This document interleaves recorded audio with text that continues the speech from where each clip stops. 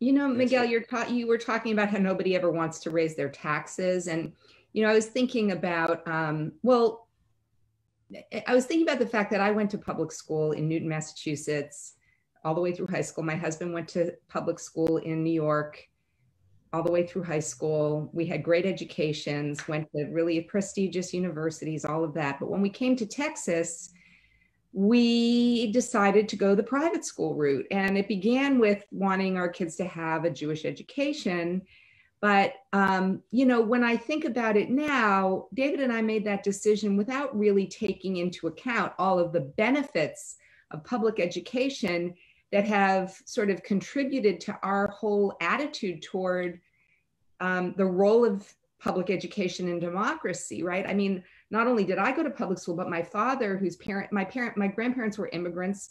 My father benefited from an incredible public school education in New York. And only because of that were his children able to then, get their education and get to the point where we are today, where we live in a beautiful house in a beautiful neighborhood with very, very, very low property taxes.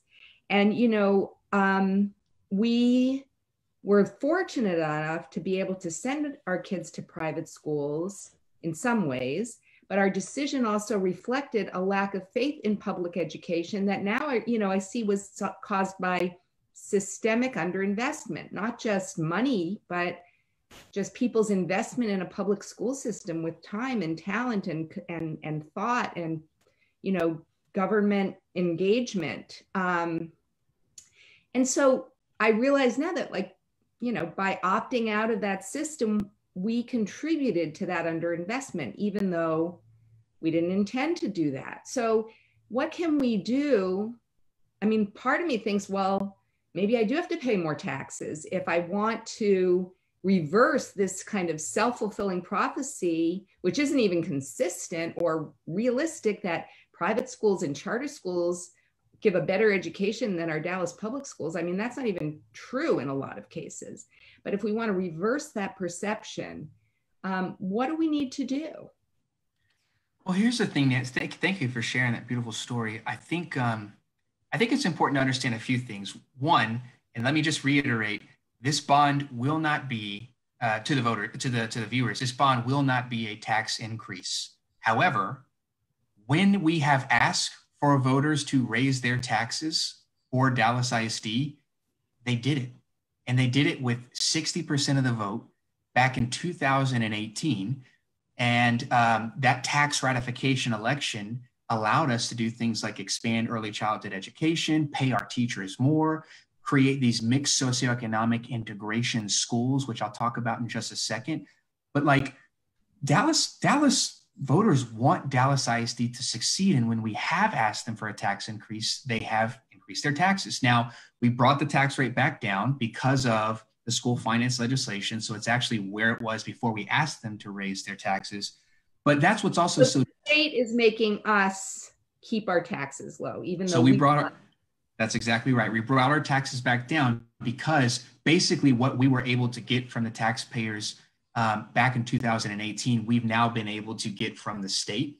So we could bring their tax rate back down. However, that's what's very disheartening about this bond process is that now, we are not asking to raise their taxes, but they are under the impression that we are. And had we have decided to actually raise their taxes and create a campaign around it, I'm certain that the voters would have supported us on that too. But it's just so disingenuous. But, one of the things that I think is so important for people to understand, especially middle class and upper class families with children in our community, is that if you go to Dallas ISD, you can get a high quality education. And the historical disinvestment and segregation of our city and the actual intentional policies that created a narrative about our public schools that really in some ways fueled in the second half of the 20th century white flight, it has really, really been hard to pull back from. However, and if you don't mind, I'd like to share just a couple of slides with you. Here's what we're seeing happens when the middle class bring their kids back into DISD. So Nancy, I mentioned to you this idea of mixed socioeconomic integration schools. These are our choice schools, which don't, to get into these schools, it does not require anything but an application. You don't have to take a test. You don't have to pass, some, merits. You just have to apply, and it's a lottery. But 50% of the kids that get in have got to be lower income, and the other 50% have got to be middle to upper income. Solar Preparatory School for Girls was one of these first schools. And when we look at things like 2019 STAR data, and we compare Solar Prep for Girls versus Highland Park, what we're seeing is we're either doing better or we're just behind them on STAR data. And so this is the master's reading and math data for the 2019 STAR. And this is the MEETS data for 2019 STAR.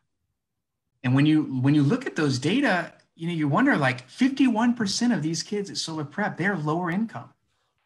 And the other 49% are middle to upper income, where they're doing just as good as Highland Park, and they are significantly outperforming the state. And then when you go and you look at our white students that are in Solar Prep for Girls versus the children that are in Highland Park, they are outperforming the children at Highland Park in an integrated classroom. So I say that to simply say, public school is not this scary thing. And in fact, it actually helps us, the total body of students, when we have our middle class and upper class kids come back to the public school system.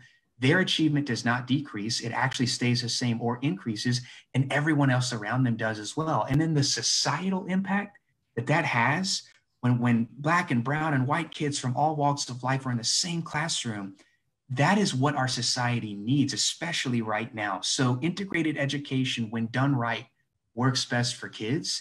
And we need more of it in our city.